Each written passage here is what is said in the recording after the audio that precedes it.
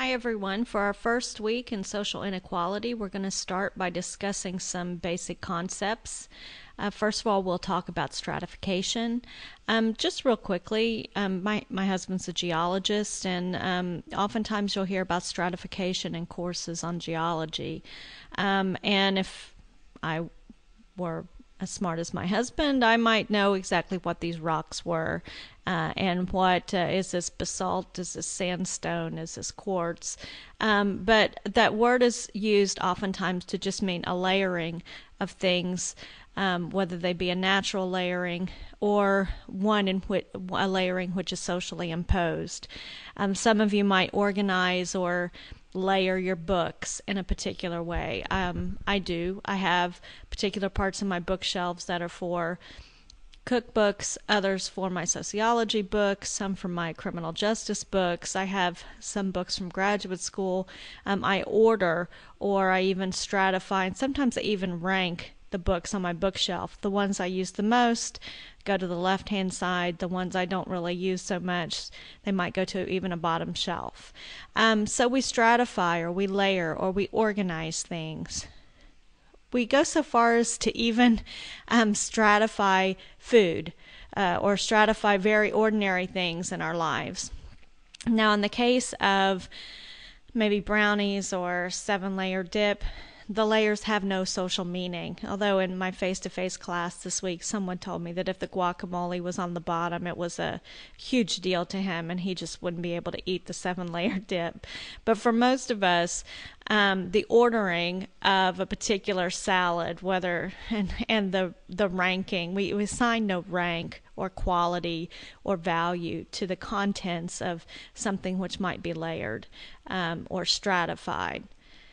Other items that are stratified, we assign a lot of meaning to. Money has a lot of meaning. We know the difference between a bill with Ben Franklin on it versus a bill with George Washington on it. And that has a lot of meaning to us. Most of us, if we found money on the street, would be a lot more excited if it was a higher dollar value bill. Now, that meaning isn't necessarily innate. Money doesn't have value because it is inherently valuable. It could just be a piece of copper and it has no value. There's no trade value in that coin. But we assign those coins meaning, or we assign those pieces of paper meaning, and we give them monetary value or trade value.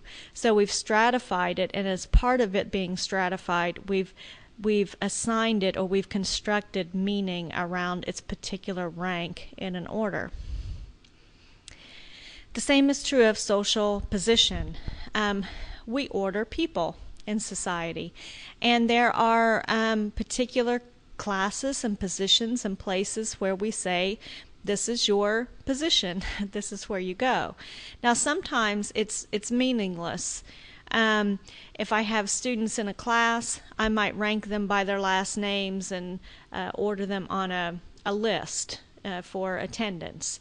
That ranking has no value. So someone who has an A last name would be at the top of the list, someone with a W would be at the bottom of the list, but none are more important than the other. So they're ordered, or layered, if we want to use that word, or stratified, but one layer has no more value than another. Certainly in other cases, we put a lot of meaning to the strata in which we put different groups of people. Oftentimes we call those, and we'll talk about it in terms of this course, classes, where we have distinct groups of people and we assign meaning and value to those groups of people based on different criteria. So what are some of the criteria we use in order to rank people socially? Well, appearance might be one, short to tall, like is in this photo. I also had a student in class one time told me that he refused to date ugly girls or girls that weighed less than 105 pounds. He was crazy. I wanted to tell him that you've never dated a girl that's admitted she weighed more than 105 pounds, but he placed a lot of importance on appearance, so he ordered those around him based on how they looked. We also can rank people in terms of wealth. people who are wealthy, people who are poor. I'm picking on guys here, sorry, but my uncle used to say that he would never date a poor woman because he was just as likely to fall in love with a rich woman as he was a poor woman. So if he only dated rich women, then he would be likely to fall in love with a rich woman. So he put value on wealth, and he ranked his potential dates in terms of how wealthy they were. We know that rankings by wealth, and we'll talk a lot more about this in class later on in the semester, are pretty prevalent today in American society. Wealth is one of the primary ways in which we do classify members of society. We rank by race and ethnicity, with some races and some ethnic groups gaining privilege or having perceived superiority over others. Sex, gender identity is also a way in which we might order particular groups. Sexual orientation, education, you're ranked as undergraduates, freshmen, sophomores, juniors, seniors, then graduate students, and then even among graduate students there'll be a ranking. Those who have master's degrees, those who almost complete their doctorate or ABD, and then those who are PhDs. There's a ranking that goes with that. Maybe pedigree. Some folks it becomes real important to order people based on who they know or who their relatives are, or from what family they've come from. Geographic origin, do you come from the right area? We joked about this in the face-to-face class that, and this comes across in the wife swap episode if you've seen it this week, but geographic origin becomes a way in which we assign educational markers. So if someone says that the wife says ain't in one part of that segment, and because they're from Louisiana, you combine maybe poor grammar and location, and then you have some kind of indicator of education or intelligence. I'm not saying that that's true. I'm saying that we often rank people based on their geographic origin, and sometimes that's tied into dialect, accent, other things that are indicative of geographic origin. We also rank things like taste and entertainment. We have highbrow entertainment and lowbrow entertainment, or one of my favorites is, beers. I have a friend who really likes Shinerbach, and my husband likes a particular kind of microbrew beer. And my friend constantly says, "Oh, well, your husband's that beer snob," and because he's assuming that there's some kind of taste, that there's a ranking or an ordering of even the beers that you like, with some of them being at the top of the ranking, some of them being at the bottom, and then people who like those at the top have some kind of social status that differs from people who like those at the bottom. So there's all sorts of ways in which we try to order people, groups of people. We try to make sense of what our place is in this thing called social organization. This is just an example. It's taken from a high school textbook, I'm sure you've seen them, of how historically class has been organized, or societies have been stratified. I put this in here not so much to make the point that societies have, that this is how ancient Egyptian society was stratified, but to say that we've had social stratification for as long as we've had human existence. We've always been putting value on people and tasks and their contribution to society, their wealth, their birth position. All of these things have worked together to create systems of social classification for millennia. So we know that it exists. One thing we might ask is, if we were to create our own, or just kind of as a fun exercise, I have the face-to-face course, think about how they would create their own system of social stratification and on what social attribute they would base their hierarchy. What would be the characteristics of people on top? What would be the characteristics of those on bottom? A lot of people...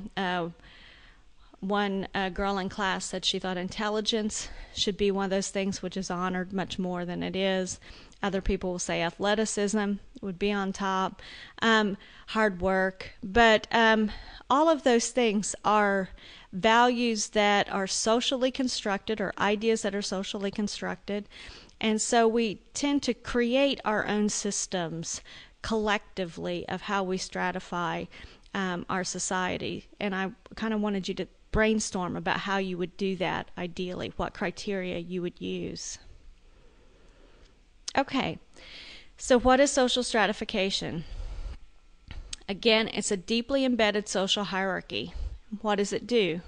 It provides rewards, resources, privileges to some groups, and it denies those rewards, privileges, resources to other groups. So what do I mean by rewards and privileges? It could be monetary, it could be power. What are resources? Well, in the United States right now, healthcare, access to healthcare is a big resource that some have access to, some don't have access to. And it may or may not have anything to do with wealth or earning or money. It could be to the type of job you have and the type of insurance plan you have that affords you access to a better insurance plan than others. Time off, the ability to schedule or regulate your own schedule might be a privilege that not everyone has. All of these things are things that come with being higher on the social hierarchy. It provides some with privileges, and then access to those privileges declines as one moves down on the stratification in the stratification system. It also provides the basis for developing social structures that reinforce the hierarchy. And what that means is that, and we're going to talk a lot more about what social structures are and what they mean sociologically, but what that means is that social stratification works hand in hand with social institutions like government, family, the economic system. All of these social structures work together to recreate the social hierarchy, to recreate and perpetuate the social hierarchy. In fact, this social hierarchies are incredibly resilient, and it's very, very difficult to change embedded systems of social stratification. For example, one of the few events that we can say actually shifted en masse the entire, upended the social hierarchy, might be the French Revolution. That revolution completely inverted power, completely inverted powered systems and status, and all of that had to be reworked and recreated again in a new and different way. The Communist Revolution in China did the same thing.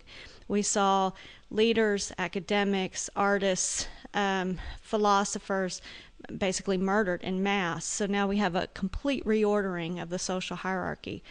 These events are really rare in human history, that we would have, again, social systems and systems of strata, of social strata, completely upended and overturned. They're persistent. Social systems of stratification are very persistent and very reluctant to change.